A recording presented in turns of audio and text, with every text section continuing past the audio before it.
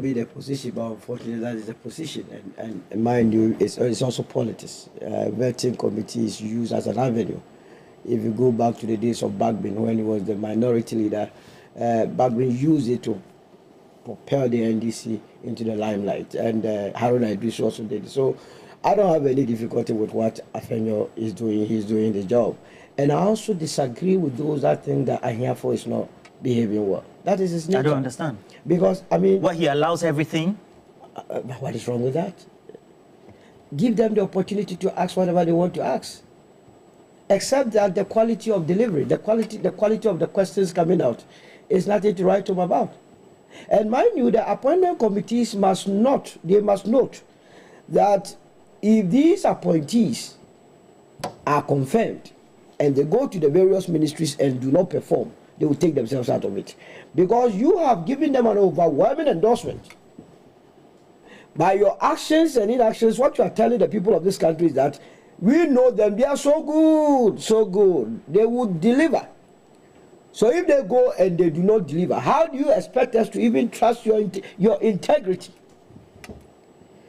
Linda Obedewa Oklu goes to salon, dresses, irons a shirt, brings an entourage, chiefs, former ministers, and so on and so forth, goes to sit there as a regional minister nominee who is going to be the chair of the coordinating council. And you know of Greater Accra, the capital city's region.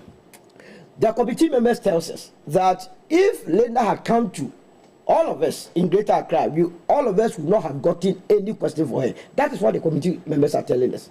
You see, this business of playing, being playful, it's not a joke. It's a serious business. You mean Ghana is at a crossroads, and so we need to be serious? It's a joke that the woman goes to sit there. All that she did was to praise the president and the vice and the NDC, and after that, she's discharged. She doesn't talk about the filth in Accra. She does not talk about her past lives. She does not talk about the plans ahead, and so on and so forth. She's left off the hook.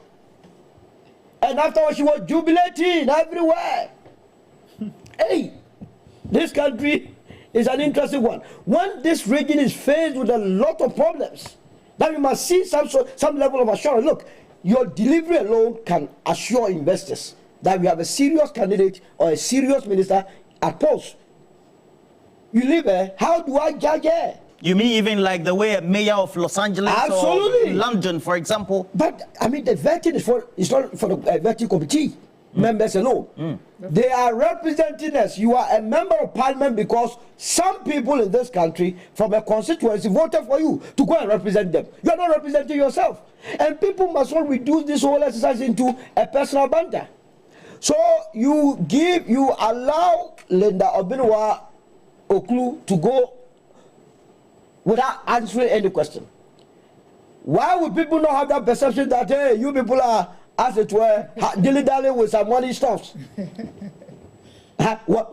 Your actions and inactions is what is feeding into the narrative in the public space that the vetting committee always and always do underhand dealings. And when someone says that, would that person be wrong? Well, it is wrong when you have no evidence. But why would someone look at the dress, beautifully dressed in blue attire? Look at the people. Falsely, look at how people are put on their kente and fugu. They spent more than 30 minutes to go there, only for this lady to spend 6 minutes, and they were clapping for her. My taxpayers' money? Aye, that is not good enough. That is not good enough. You see, people in this country must begin to take themselves serious. And you see, there is also another aspect that I get worried anytime I see. Why? If I am invited to TV3 for a job interview, do I come with the head of my family? Do I come with my pastor? You think all that is unnecessary? It's all unnecessary. Then to write the chiefs? The last time the local government ministerial nominee, what's the name? Ahmed, finished his, vetting. I met someone who was, in Kentucky, that man is never a chief. I know him very well. He is an ordinary man that went and rented some clothes and came to the vetting committee under the pretext that he was a chief. I saw him at the class post. I said, hey, no, so you want to went there? It's about you to everything. Would you say it? I said, I will say it. You had no business whatsoever going to the vetting committee. In any case, when a question is asked the nominee, would you help the nominee in answering it? If you cannot answer the question for the nominee, what is your business going there? We cannot be doing this to ourselves. They must stop it immediately. They are looking for jobs. These people are going for an interview to be employed to work for this country. That is the basis or the beginning of corruption. All the people that follow these nominees, they are the people that will go and worry these ministers. Give me this contract.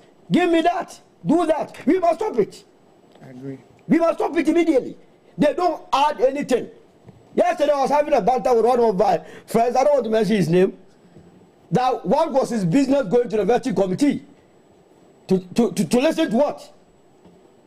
That is how come you have a lady called Emefa Castles call someone silly. I just look at my dictionary and silly is foolish. Is that another phrase? So foolish. What was the lady's business at the vetting committee? Was her sector minister being interviewed or vetted? For Christ's sake, that was the Minister of Defense being vetted. I don't remember the last time the Petroleum Commission came under the Defense Ministry.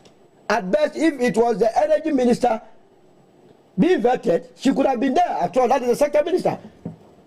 You see, we must not be entertaining somebody. Their work is so appalling.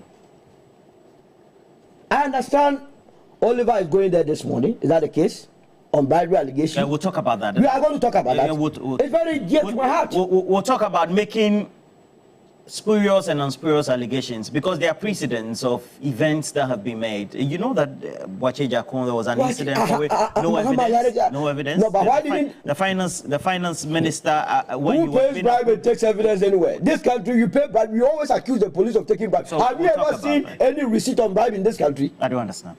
Do people issue out? So relax.